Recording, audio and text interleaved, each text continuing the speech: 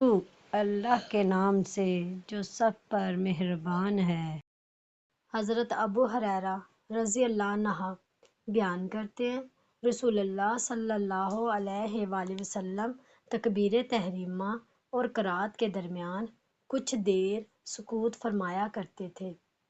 میں نے عرض کیا، اللہ کے رسول، میرے والدین آپ صلی اللہ علیہ وآلہ وسلم پر قربان ہوں، آپ تکبیر تحریمہ اور قرات کے درمیان جو سکوت فرماتے تھے اس میں کیا پڑھتی ہے؟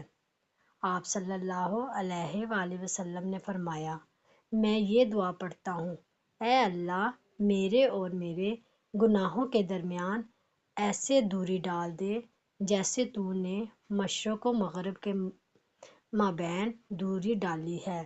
اے اللہ مجھے گناہوں سے ایسے پاک صاف کر دے جس طرح سفید کپڑا میل سے صاف کر دیا جاتا ہے۔